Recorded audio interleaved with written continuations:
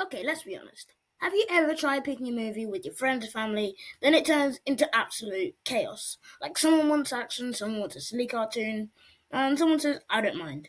But they do. Yeah, it's a lot of drama.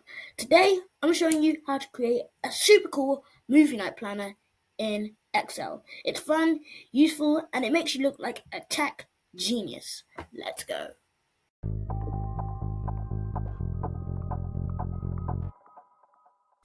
The first thing you need to do is open Excel. So to do that, you have to go to the search bar over here on your computer, and I'm going to type in Excel. I have Excel 2013, but any other version will work just fine. Now I've opened it, and I'm going to click blank workbook, and you come up across this. So I'm going to type in a few columns. First one is going to be the title, so the name of the movie. Next one is going to be genre, so what type of movie it is. Next one is going to be age rating, and you'll see that it might overlap in the cell. So to do that, I'm going to go in the middle until you find this icon and drag it like this so the cell becomes wider. The next one is going to be rating slash 10, and I'm going to make it a bit wider because it doesn't fit either. And the last one is going to be watched, so if you've already watched the movie or not.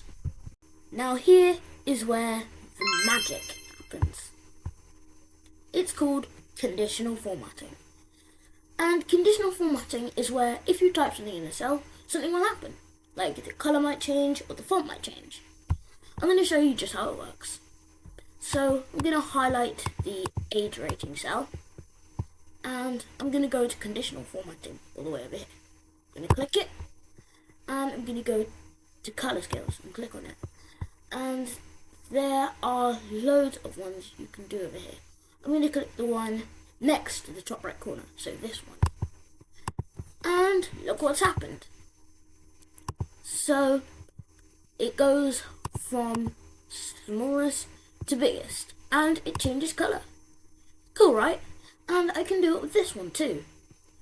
So to do that, I'm going to highlight it, I'm going to go to conditional formatting, go to colour scales, and click on the one next to the top right. And this is what happened. I'm going to show you something epic. It's called data validation. So what it does is, so if you type in something random or you make a typo, it will help you type the right thing. Instead of, or if you're trying to write comedy.